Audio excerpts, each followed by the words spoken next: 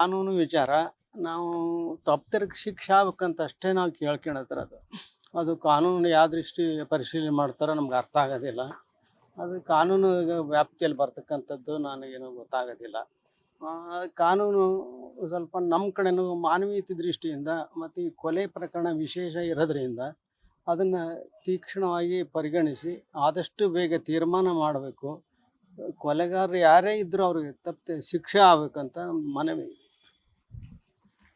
ರೇಣುಕಾಸ್ವಾಮಿ ಕುಟುಂಬ ಬರ್ತಾ ಬರ್ತಾ ತಟಸ್ಥ ನೀತಿ ಮೌನ ವಹಿಸ್ತಾ ಇರೋದೆಲ್ಲ ನೋಡಿದ್ರೆ ಜನ ದರ್ಶನ್ ಹೊರಗಡೆ ಬಂದಾದ್ಮೇಲೆ ಇಲ್ಲ ನಮ್ಗೆ ಅದಕ್ಕೂ ಸಂಬಂಧ ಇಲ್ಲ. ನಾವು ತಟಸ್ಥ ಏನೂ ಇಲ್ಲ.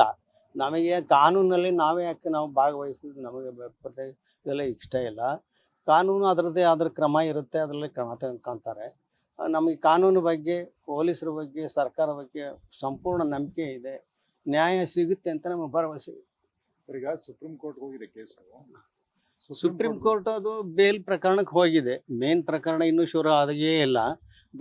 ಸರ್ಕಾರನೇ ಅದು ಸುಪ್ರೀಂ ಕೋರ್ಟ್ ತನಕ ಹೋಗಿದ್ದಾರೆ. ಇದು ಅತ್ಯಂತ ವಿಶೇಷ ಪ್ರಕರಣ. ಅಲ್ಲಿ ಹೋಗಿದ್ದು ನಮಗೆ ಯಾರಿಗೂ ಗೊತ್ತಿಲ್ಲ ಅಂತ ಎಲ್ಲರೂ ಹೇಳ್ತಾರೆ. ಆದರೆ ಸರ್ಕಾರ ಇದರ ಬಗ್ಗೆ ಪೊಲೀಸ್ನವರು ಒಂದು ವಿಶೇಷ ಆಸಕ್ತಿ ವಹಿಸಿ ಸುಪ್ರೀಂ ಕೋರ್ಟ್ ತನಕ ಹೋಗಿದ್ದಾರೆ. ಸುಪ್ರೀಂ ಕೋರ್ಟ್ನಲ್ಲಿ ನಮಗೂ ನ್ಯಾಯ ಸಿಗುತ್ತೆ ಅಂತ ನಂಬಿಕೆ ಇದೆ. ಈಗ ದರ್ಶನ್ ಹೊರಗಡೆ ಬಂದ್ಮೇಲೆ ಮತ್ತೆ ತಮ್ಮನ್ನು ಸಂಪರ್ಕ ಮಾಡ್ತಕ್ಕಂಥ ಕೆಲಸ ಇಲ್ಲ, ನಾವು ಯಾರನ್ನೂ ನಾವು ಯಾರನ್ನೂ ಅವ್ರನ್ನ ಸಂಪರ್ಕ ಮಾಡಿಲ್ಲ. ನಮ್ಮನ್ನು ಯಾರು ಸಂಪರ್ಕ ಮಾಡಿಲ್ಲ. ದರ್ಶನ್ ಅವರು ರೇಣುಕಾಸ್ವಾಮಿ ಕುಟುಂಬನ ಸಂಪರ್ಕ ಮಾಡ್ಬೋದು, ರಾಜಿ ಮಾಡ್ಕೊಳ್ಬಹುದು, ಆ ಥರದ ಚರ್ಚೆಗಳು ನಿರಂತರವಾಗಿ ನಡೀತಾನೆ ಇದೆ.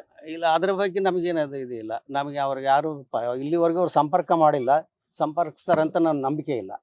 ಅಕಸ್ಮಾತ್ ಸಂಪರ್ಕ ಮಾಡಿದ್ರೆ ಬಂದಾಗ ಆ ವಿಚಾರ ಬೇರೆ. ಅಲ್ಲಿ ಬರೋದಕ್ಕೆ ಬಂದಿದ್ರೆ ಇಷ್ಟಲ್ಲೇ ಆಗ್ಬೇಕಾಯ್ತು. ಇನ್ಮೇಲೆ ಏನಾಗ್ತದೆ ಆಗೋದಿಲ್ಲ. ಅದು ಕಾನೂನು ಇರೋ ದೃಷ್ಟಿಯಿಂದ ಅವರು ಏನಾರು ವಿಚಾರ ಮಾಡಿರ್ಬೋದು, ಗೊತ್ತಿಲ್ಲ. ಅಲ್ಲ, ಒಂದ್ ವೇಳೆ ಅವರು ನಿಮ್ಮನ್ನ ಸಂಪರ್ಕ ಮಾಡಿ ಸಾರಿ ಕೇಳಂತ ನಾವು ಏನೋ ಇದ್ರೆ ನಮ್ಮ ಹಿರಿಯರು ಇದ್ದಾರೆ, ಎಲ್ಲ ತೀರ್ಮಾನ ಮಾಡ್ತಾರೆ. ಅಂದ್ರೆ ಭೇಟಿಗೆ ಅವಕಾಶ ಕೊಡ್ತೀರಾ ಬಂದ್ರೆ ಅಕಸ್ಮಾತ್ ಆಗಿ? ಅಲ್ಲ, ಹೇಳಿದ್ನಲ್ಲ, ನಮ್ಮ ಹಿರಿಯರು ಇದ್ದಾರೆ. ಅಂಥ ಪ್ರಸಂಗ ಬಂದರೆ ಸಮಾಜದವರು ಹಿರಿಯರು ಇದ್ದಾರೆ, ಅವ್ರು ತೀರ್ಮಾನ ಮಾಡ್ತಾರೆ.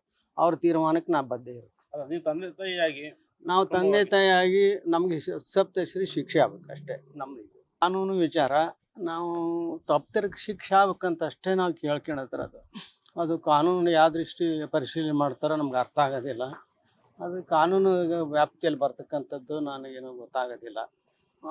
ಕಾನೂನು ಸ್ವಲ್ಪ ನಮ್ಮ ಕಡೆನೂ ಮಾನವೀಯತೆ ದೃಷ್ಟಿಯಿಂದ ಮತ್ತು ಈ ಕೊಲೆ ಪ್ರಕರಣ ವಿಶೇಷ ಇರೋದ್ರಿಂದ ಅದನ್ನು ತೀಕ್ಷ್ಣವಾಗಿ ಪರಿಗಣಿಸಿ ಆದಷ್ಟು ಬೇಗ ತೀರ್ಮಾನ ಮಾಡಬೇಕು. ಕೊಲೆಗಾರರು ಯಾರೇ ಇದ್ದರೂ ಅವ್ರಿಗೆ ತಪ್ಪದೆ ಶಿಕ್ಷೆ ಆಗ್ಬೇಕಂತ ನಮ್ದು ಮನವಿ. ಕನ್ನಡಿಗರ ಮೆಚ್ಚಿನ ನಿಮ್ಮ ನ್ಯೂಸ್ 18 ಕನ್ನಡ ಈಗ ವಾಟ್ಸ್ಆಪ್ನಲ್ಲಿಯೂ ಲಭ್ಯ. ಕರ್ನಾಟಕ ಮತ್ತು ದೇಶ ವಿದೇಶದ 360 ಡಿಗ್ರಿ ಸುದ್ದಿ ವಿವರವನ್ನ ನೀವು ನಿಮ್ಮ ಕೈ ಬೆರಳುಗಳಲ್ಲಿಯೇ ಪಡೆಯೋದಿಕ್ಕೆ ಈ QR ಕೋಡ್ ಅನ್ನು ಸ್ಕ್ಯಾನ್ ಮಾಡಿ. ನಮ್ಮ ಚಾನೆಲ್ ಅನ್ನು ಫಾಲೋ ಮಾಡಿ, ನೋಟಿಫಿಕೇಶನ್ ಆನ್ ಮಾಡಿ.